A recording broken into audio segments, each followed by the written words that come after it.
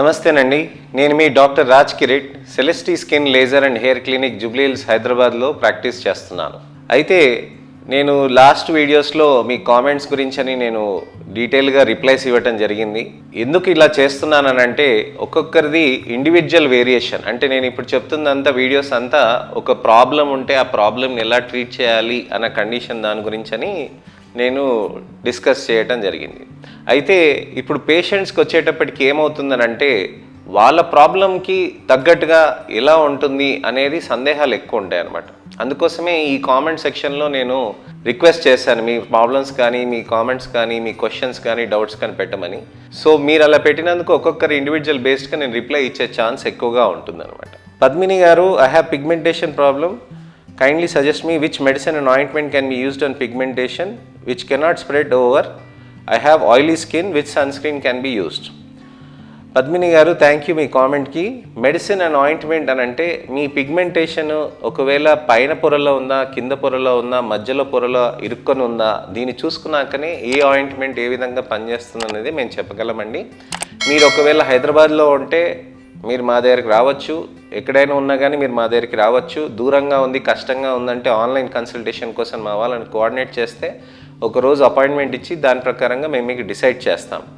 లేదు కుదరట్లేదు అని అంటే దగ్గరలో ఉన్న ఒక డెర్మటాలజిస్ట్ దగ్గరికి డెఫినెట్గా వెళ్ళండి. వాళ్ళు ఆ డెప్త్ ఆఫ్ పిగ్మెంటేషన్ని బట్టి మనకి ఆయింట్మెంట్ రాసిస్తారు. ఆయిలీ స్కిన్కి ఏ సన్ స్క్రీన్ వాడాలన్న దానికి ఇప్పుడే నేను మీకు సమాధానం చెప్పాను. ఆయిలీ స్కిన్ ఉన్న వాళ్ళకి 30 SPF సన్ స్క్రీన్ అనేది చాలా బాగా సూట్ అవుతుంది, ఎక్కువ ఆయిలీ కాకుండా ఉంటుంది అనమాట. వరలక్ష్మి గారు, my skin is also having brown spots. I'm using creams but it's not getting cleared.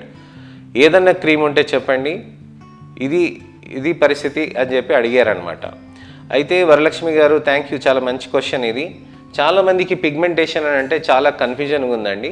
Next వీడియోలో నేను మీకు అసలు పిగ్మెంటేషన్లో క్లినికల్లో ఎన్ని రకాలు ఉన్నాయి అనేదానికి నేను ఫోటోగ్రాఫ్స్ తోటి డెమాన్స్ట్రేట్ చేయడానికని ప్రయత్నం చేస్తానండి. అయితే ఇక్కడ ఏంటనంటే బ్రౌన్ స్పాట్స్ అని అన్నప్పుడు 4-5 రకాలు వస్తాయండి. డిపిఎన్స్ రావచ్చు, లెంటిజన్స్ రావచ్చు, ఫ్రెకిల్స్ రావచ్చు, లేకపోతే సింపుల్ పిగ్మెంటేషన్ అయినా రావచ్చు. అది కాకుండా సెబోరిక్ కెరటోసిస్ కూడా ఉండొచ్చు. సో వీటికి క్రీమ్స్ అనేటివి ఫ్రెకిల్స్కి కానీ, డిపిఎన్స్కి కానీ, లెంటిజన్స్కి కానీ పనిచేయవండి. దానికి లేజర్సే చేయించుకోవాలి. లేజర్స్ అంటే క్యూస్విచ్ ఎన్డియాగ్ లేజర్, మంచి యాక్టివ్ క్యూస్విచ్ ఎన్డియాగ్ లేజర్ అనేది దగ్గరలో ఉన్న మీ డెర్మటాలజిస్ట్ని కన్సల్ట్ చేస్తే తప్పకుండా చూపిస్తారండి. ఈ లేజర్ని మీరు నెలకు ఒకసారి లేకపోతే 2 నెలలకు ఒకసారి అయినా మీరు చేయించుకోవచ్చు. సో 2 నెలలకు ఒకసారి అని అంటే నాకు తెలిసి మీరు హ్యాపీగా మీరు ఒకసారి వచ్చి కలిసి చేయించుకొని వెళ్ళొచ్చు. మీరు నెక్స్ట్ వీడియోలో మంచి ఇన్ఫర్మేషన్ తోటి మళ్ళీ మీతోటి కలుస్తానండి.